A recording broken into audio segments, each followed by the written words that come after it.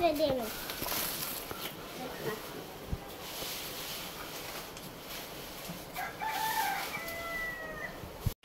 আলাইকুম, কেমন আছেন সবাই? আশা করি ভালো আছেন।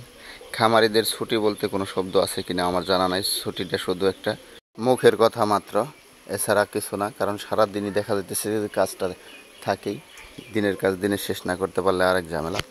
তো এটুকু করা যায় যে হ্যাঁ, 2 দিনের খাবারটা একদিন সংগ্রহ করে রাখা যায়। এর বাইরে যে কাজগুলো আছে প্রতিনিয়তই করতে হয়, এর বিকল্প কোনো অপশন নাই। আমার খামারের জন্য কিছু বড় জাতের যে ঘাস, এইগুলা আমি এই ঘাসগুলা কাইটে গুছাই দিই, আপাতত যেন 2 দিন খাওয়াইতে পারে এরকম পরিমাণে ঘাস আমি কাইটে রেখে দিই। এছাড়াও ছোটো জাতের যে ঘাসগুলো আছে এগুলো বাড়ির কাছে লাগানো আছে, তো এগুলাও মোটামুটি সময় পাইলে কেটে দিই। তো এছাড়া যে খড়, তারপরে অন্যান্য খাবার যেগুলো আছে এগুলো একদম খামারের কাছে রাখা আছে।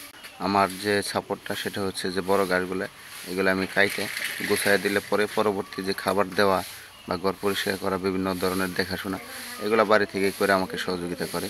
আমাদের ছোট খামার, এই খামারের সদস্য সংখ্যা এখন আছে 3 জন। একটা সময় এটাতে ছয়টা হয়েছিল। আর আমি 2022 সালের হয়তো অল্প কিছুদিন আগে থেকে আর কি আমি গবাদি পশু পালন শুরু করি। প্রথমত একটা গরু দিয়ে আমি প্রায় 1.5 বছরের মতো, ওইটা ছোট বাচ্চা ছিল, তো ওইটা কোনো এক কারণে বাচ্চা নষ্ট করার পর থেকে ওইটা আমি বিক্রি করে দিয়ে এরপরে আমি গাভী বাচ্চা সহ কিনে, তো এই পর্যন্ত আমি 3টা গাভী কিনছি এবং কি ষাঁড় বাচ্চা সহ কিনা। আমার ওই গাভীগুলো একটা সময় আমি সেল করে দিতাম আর এই ষাঁড় বাচ্চাগুলো রেখে দিতাম। তো এইভাবে আমার প্রথমত যাত্রা শুরু হয়েছে। তো এখন আমার ঘরে যে 3টা ষাঁড় আছে, তো এই 3টা ওই একই অবস্থায় আমার এখানে কিনা আনা।